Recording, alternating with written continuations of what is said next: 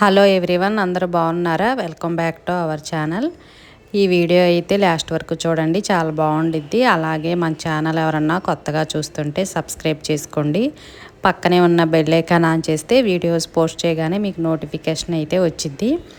ఇంక ఇదైతే morning breakfast అయితే ప్రిపేర్ చేస్తున్నాను. బ్రేక్ఫాస్ట్ వచ్చేసి కావ్యకి హాస్టల్లో అన్ని రకాల టిఫిన్స్ ఉంటాయి, కానీ గుంట పొంగనాలు ఉండవు కదా. అందుకోసం తను ఎప్పుడు వచ్చినా కూడా ముందు అవి చేయించుకునిద్ది. దానికోసం అయితే ఇంకా నేను ముందు రోజే పిండి ప్రిపేర్ చేశాను. గుంట పొంగనాలంటే మనకి అది ముడి బియ్యం వేసినా లేకపోతే వేరే సజ్జలు వాటికే కదా నేను ఎక్కువ యూజ్ చేసేది దోశలకి.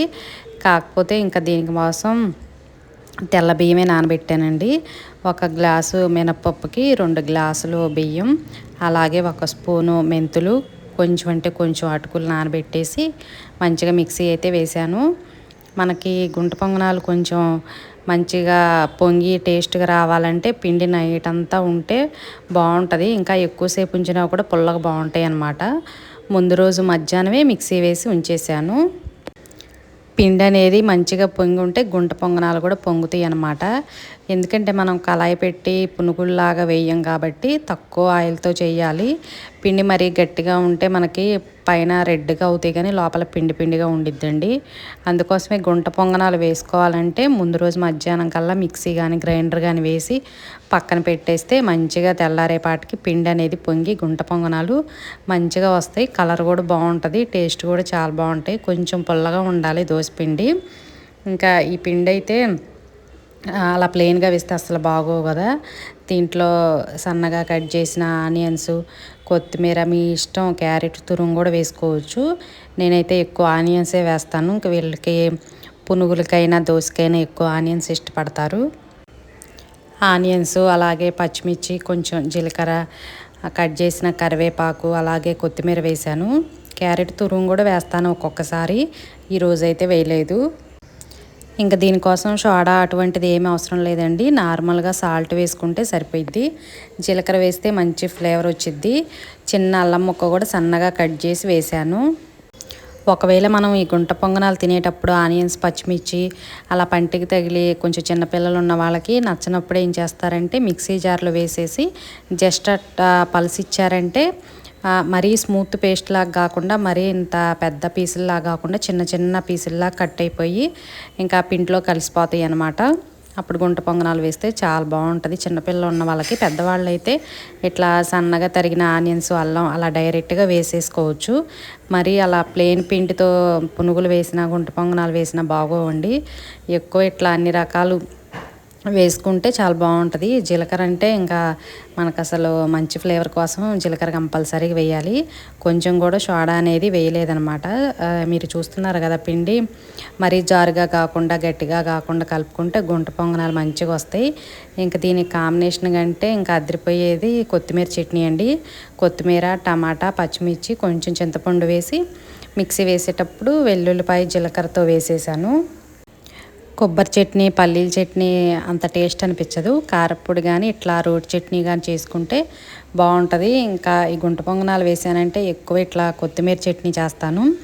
టమాటా, పచ్చిమిర్చి విడివిడిగా ఫ్రై చేసి అలాగే కొంచెం జీలకర్ర కూడా వేశాను. లాస్ట్లో అయితే కొత్తిమీర రైతు బజార్ నుంచి తీసుకొచ్చారు పెద్ద కట్ట, దాంట్లో హాఫ్ అయితే వేశాను. ఇంకా కొత్తిమీర వేసి కూడా అది కూడా పూర్తిగా మగ్గనిచ్చి కొంచెం అంటే కొంచెం చింతపండు వేశాను. ఇప్పుడు మనకి నాటు టమాటాలు దొరుకుతున్నాయి కదా, పుల్లగా ఉంటున్నాయి. లైట్గా చింతపండు వేసి వెల్లుల్లిపాయలతో మిక్సీ వేశాను. మరీ స్మూత్గా కాకుండా సేమ్ మనకి రోట్లో చేసినట్టే వచ్చిందండి. మీరు చూస్తున్నారు కదా, గుంట పొంగనాలు మంచిగా కలర్ఫుల్గా బాగున్నాయి. దీనికి మాత్రం ఈ చట్నీయే బాగుంటుంది. బ్రేక్ఫాస్ట్ అయితే చేసేసారు. ఇంకా అంతకన్నా ముందే ఎర్లీ మార్నింగే ఇంకా ఇంట్లో పని అంతా కంప్లీట్ చేసుకొని ఇంట్లో పూజ అయితే చేసింది కావ్య. తర్వాత ఇద్దరం కలిసి గుడికి అయితే వెళ్ళొచ్చాము. ఎక్కువైతే కావ్య వస్తే మాకు సెంటర్లో శివాలయం ఉందండి, అక్కడికి వెళ్తూ ఉంటాము ఎక్కువ. మొన్న మీకు తిరునాళ్ళు జరిగిందని శివాలయం చూపించా కదా, కాకపోతే అదంతా బాగు చేస్తున్నారు, మంచిగా టెంపుల్ అయితే ఇంకా కడుతున్నారు. అందుకోసమే సాయి మందిర్కి అయితే వెళ్ళాము. ఇక్కడ కూడా చాలా బాగుంటుందండి, చాలా ప్రశాంతంగా ఉండిద్ది. చాలా ఎర్లీగా వెళ్ళాము, అప్పుడప్పుడే కొంచెం ఎండ అయితే వస్తుంది. ఇంకా గురువారం అంటే ఎర్లీ మార్నింగ్ అయినా కూడా జనాలు బాగుంటారు. మేము సాటర్డే అని చెప్పా కదా, ఇంకా మేమేనమాట ఫస్ట్ అంటే కొంతమంది వచ్చి వెళ్తూ ఉన్నారు. ఇంకా తర్వాత ఇంటికి వచ్చి బ్రేక్ఫాస్ట్ అంతా అయిపోయింది. ఇంకా మాస్టారు స్కూల్కి వెళ్ళిపోయారు, ప్రదీప్ కూడా కాలేజీకి వెళ్ళిపోయాడు. తర్వాత కావ్య ఇంకా హాస్టల్కి వెళ్ళిపోయింది కదా, తనకి కొన్ని ఐటమ్స్ కావాలంటే మధ్యాహ్నం సెంటర్కి అయితే వెళ్ళొచ్చాము. ఇంకా తనకి పేస్టు, బ్రష్లు, కొన్ని స్టిక్కర్స్ అవన్నీ అవసరమైతే ఫ్యాన్సీ స్టోర్కి కూడా వెళ్ళి చిన్న షాపింగ్ అయితే చేసి వస్తూ ఫ్రూట్స్ అయితే తీసుకొచ్చుకున్నాము.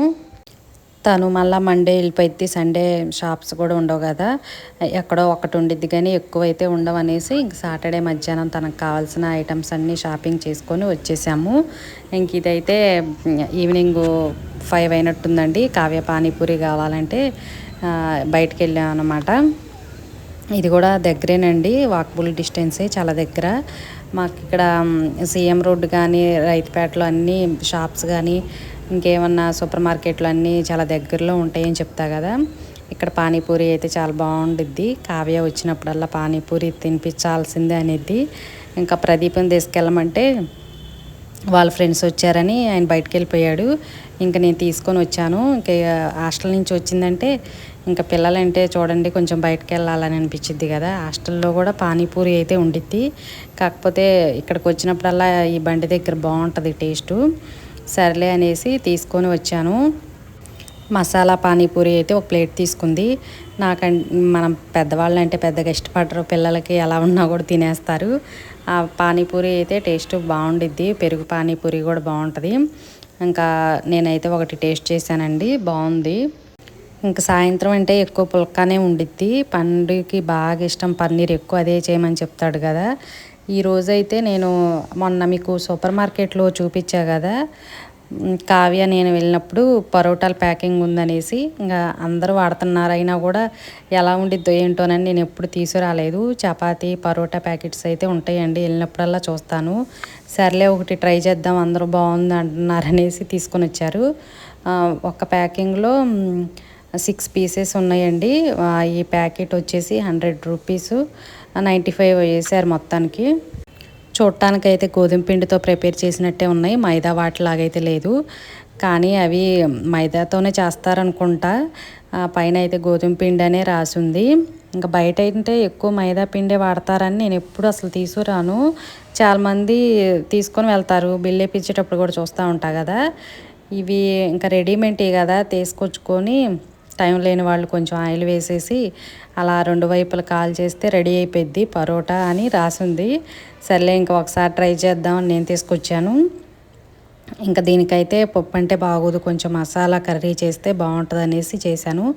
ఈ కర్రీ మా ఇంట్లో వాళ్ళకి చాలా ఫేవరెట్ అండి. పూరి కానీ చపాతీ కానీ చేసినప్పుడు ఇంకా ఈ కర్రీ చేస్తాను. ఎక్కువైతే మనకి ఎండు బఠానీ కానీ శనగలు, కాబూలి శనగలు లేకపోతే రాజ్మా దొరుకుతాయి కదా, వాటితో ఎక్కువ చేస్తాను.